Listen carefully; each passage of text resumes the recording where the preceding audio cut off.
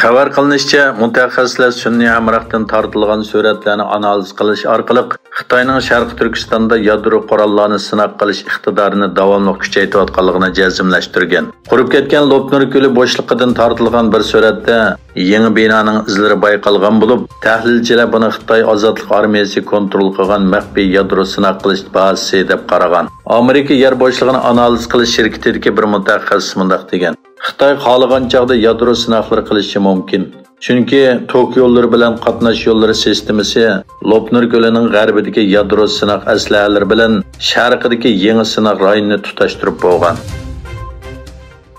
Tayvan bo'g'izida Amerika Avam palatasining boshlig'i Nancy Pelosining Tayvanda qilgan ziyorati bilan paydo bo'lgan jiddiylik davomlashmoqda. Tayvan Davlat Mudofaa Ministrligining bayonotiga qaraganda, tunugun tushda Xitoy armiyasi tomonidan etilgan nurg'un Dongfang nomli boshqarilgan bomba orolning sharqi shimoli va g'arbi janubiga tushgan bo'lib, bayonotda Tayvan qurolli qismlari nazorat qilish va razvedka qilish qurollari orqali vaziyatni bayqadi va mudofaa sistemasini qo'zg'atdi deyilgan. Dunyoning zavodi deb atalgan Xitoy hozir bu aloyidligini yo'qotmoqda. Xabar qilinishicha, Xitoydagi har 4 g'arb shirkatining biri tijoratini ko'chirishni o'ylashmoqda. Bu shirkatlarning yarmi hozir Xitoyda savdo qilish texnik siyosiylashdi deb qaraydi ekan. Bu yuzlanish Yevropa Ittifoqi savdo uyushmasining 6-oydagi tekshirishida o'tirg'i chiqqan. Buningdan boshqa Xitoyning qattiq virus tadbirlarimi xalqaro shirkatlarni andishiga solgan.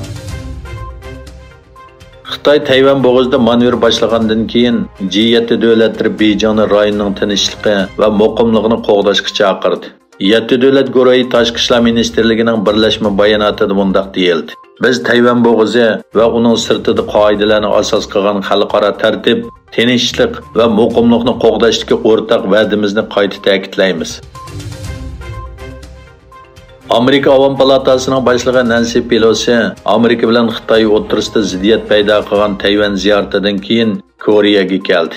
Pelosi ziyoratining bir qismi sifatida Shimoliy Koreya bilan Janubiy Koreyaning chegarasi bo'lgan Koreya betaraf rayonini ziyorat qildi.